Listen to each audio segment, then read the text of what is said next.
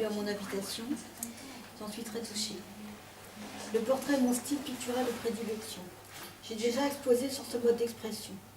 Ma dernière exposition portait sur les icônes du cinéma, il y a bientôt 3 ans dans ce même lieu. L'idée de peindre des portraits de femmes m'est venue suite à un accident de la vie, avec l'objectif de me reconstruire, car l'ensemble de ces portraits ne forment en réalité qu'une identité à multiples facettes. Or, les femmes qui pourraient être des exemples sont trop peu présentes dans l'inconscient collectif. J'avais d'abord voulu choisir des femmes qui ont marqué l'histoire, Marie-Antoinette, Cléopâtre, mais en faisant des recherches, il m'a semblé que le résultat aurait été trop convenu et guère intéressant. Je n'ai pas voulu faire trop académique non plus, je n'ai choisi qu'une seule académicienne. J'ai finalement opté pour des femmes dont l'apport à l'humanité a été remarquable, parce qu'elles ont été des pionnières et des novatrices dans leur domaine, parce que leur personnalité a été digne d'être mise en valeur, ou encore qui ont représenté un élan créateur pour faire avancer la condition féminine. Ces femmes peuvent interpeller l'intérêt et la curiosité de tous. Dans chacun de mes choix, il a fallu un coup de cœur sur un élément ou un angle de vue, une envie d'en savoir davantage sur ce parcours.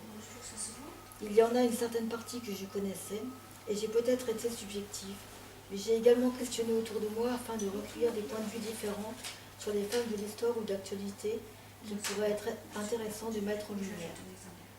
Outre l'aspect esthétique, j'ai voulu donner une dimension pédagogique afin de susciter la curiosité et l'intérêt de ceux qui verront cette exposition et, pourquoi pas, par la suite aller à la rencontre d'établissements scolaires, de missions locales ou encore des structures comme le planning familial ou l'espace Gisèle Halimi. J'ai par ailleurs volontairement choisi de faire coexister des femmes très célèbres et d'autres qui avaient un parcours remarquable sans avoir pour autant été renommées pour cela, de manière à ce que la célébrité des unes donne un coup de projecteur sur le parcours des autres et que les parcours restés dans l'ombre donnent une épaisseur aux femmes les plus illustres. L'éclectisme a été également mon credo, ainsi qu'un gros travail de documentation qui m'a beaucoup appris, ainsi que des efforts de vulgarisation qui, je l'espère, porteront leurs fruits auprès du public. Enfin, je tiens à remercier avec toute ma sincérité toutes celles et ceux qui m'ont soutenu dans ce projet, et en particulier monsieur et madame Touard qui ont eu l'extrême gentillesse de mettre à ma disposition leurs locaux, ainsi que mon ami Bruno et ma sœur Claudie. Je souhaite à présent à cette exposition de prendre vie comme elle m'a redonné goût à la mienne. Bravo.